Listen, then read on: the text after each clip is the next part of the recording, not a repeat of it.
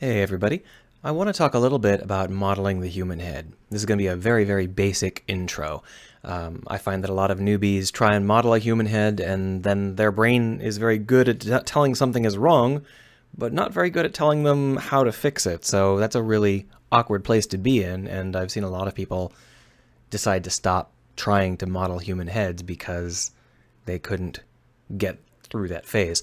So I'm going to teach you the most basic structures that you might need to get started with modeling a human head. If you already know how to model a human head, skip this one. It's pretty basic stuff. So the way I do it is I start from a sphere. There are reference heads available, but I find that if you stick too close to the reference heads, you'll probably end up regretting it. So better to understand the fundamentals. And that means starting from something where you can adjust it however you want. Now, you've probably already seen tutorials like this before where they're like, get yourself a sphere and then drag down a jaw and then model the human head. And it's like, oh, great, thanks. And maybe you've tried to follow those and you've been like, I can't get it to really work out right. Even though I'm following the instructions, why is my head so much worse than theirs? They must be really good. Well, there are some basic techniques you can use to make your heads work. Because the human head is very, very flexible. The human face can look a lot of different ways. But there are some very, very basic elements that remain the same. And they're not the same elements that you're told to study when you're doing painting or cartooning or even modeling without sculpting.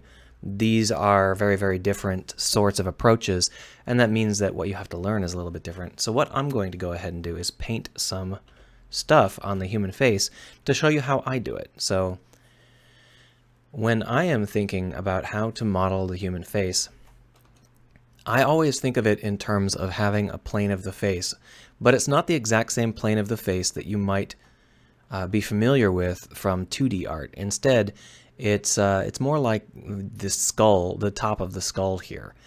And what you've got is the two eye sockets and the upper jaw area.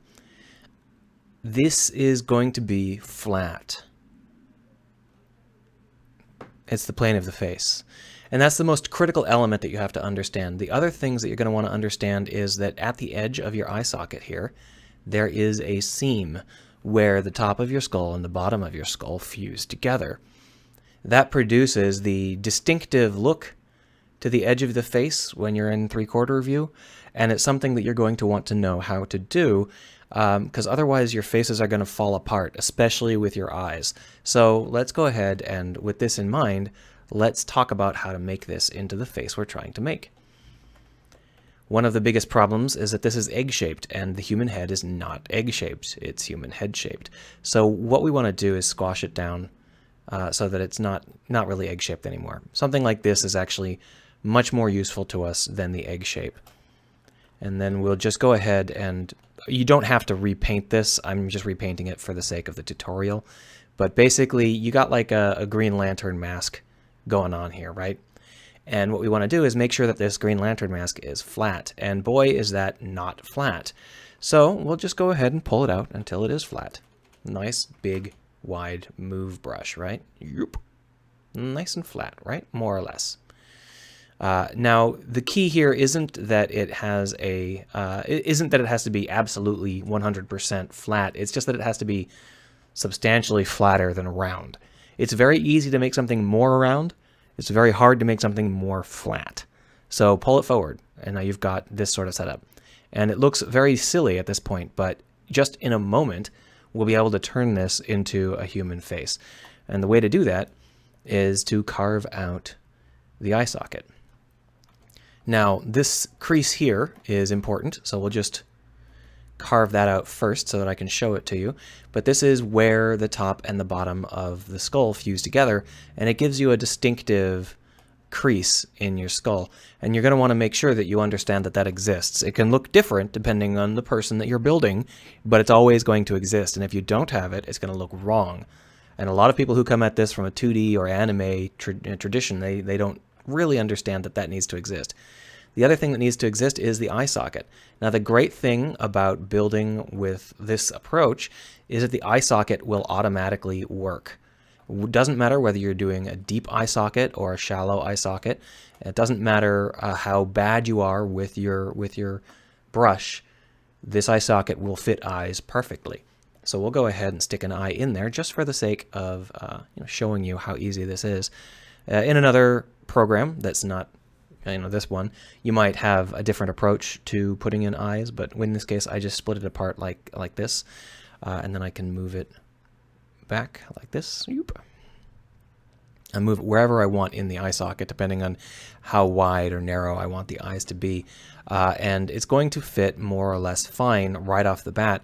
And the reason for that is because I've built the eye socket out of a flat surface, which means that the eyes are going to be able to sit in that flat surface without having any problem with rolling out of the side of the face, which is a very, very common problem with newbies. So, just a couple of brush strokes later, you have a perfectly fine eye that fits in the face just fine. There's no problems with it.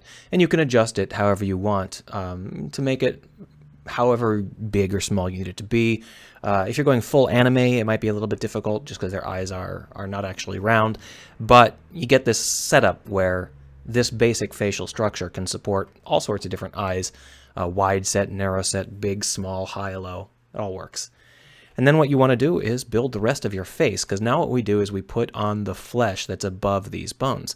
And a nose is a good place to start, so we'll go ahead and do just that. So here's our nose, right? Nose.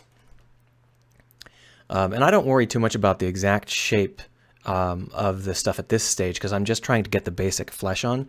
Similarly, down here where we've got the lips go on top of the flat surface we've created, but they can be quite big. So there are lots of times when you'll have quite a bit of flesh on top of that jaw area, and that's perfectly fine. That's pretty normal.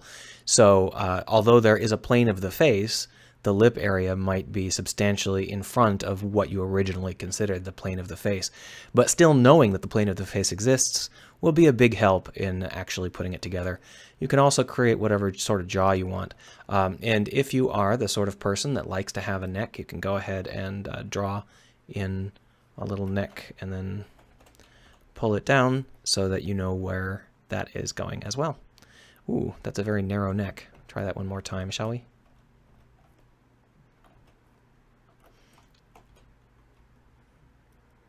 That's a little better. Superhero neck. Kind of a bull neck. That's fine. So there are a lot of things here that we're not going to cover. I'm not going to cover how to make this part of the head work. I'm not going to cover how to put on ears or any of that stuff. But I am going to cover how to finish up the face, because leaving it here doesn't really give you a good feeling, right?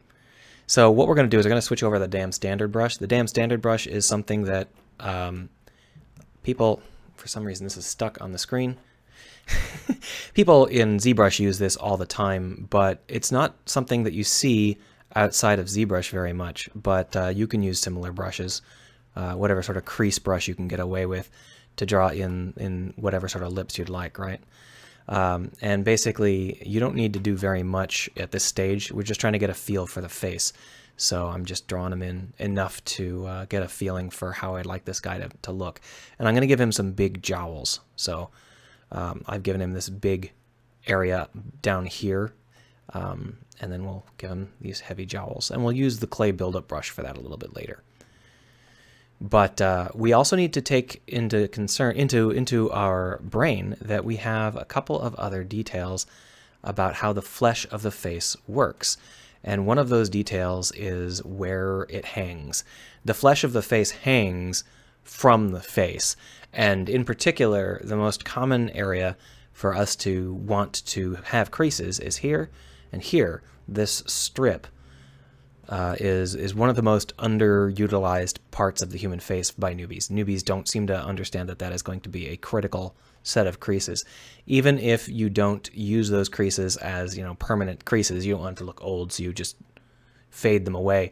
It's still going to give you a good feeling of how the face is structured. It's still going to give you a feeling that there's flesh instead of being just arbitrary shapes, Now, we haven't done very much in terms of making this character really look like he's a specific person. I've just left his cheek and jawline where they were when I was just arbitrarily pulling stuff forward. So we'll go ahead and shape it a little bit, make him a little bit of a Dragon Ball Z character, right? So we'll just we'll crease out those cheeks. We'll get rid of them entirely like this. And then when we do that, you can see how even if I completely change the topology of the face below the cheeks, below the cheekbones, it still feels like a human face. This is a sort of thing where the face is very, very adaptable as long as you have the anchor points in place.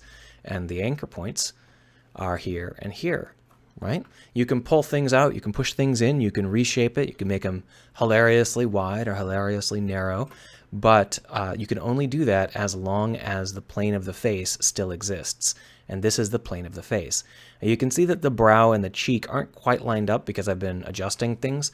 They don't have to be perfectly lined up, but in general, you should be aware of the fact that the brow is usually going to be a little bit further forward.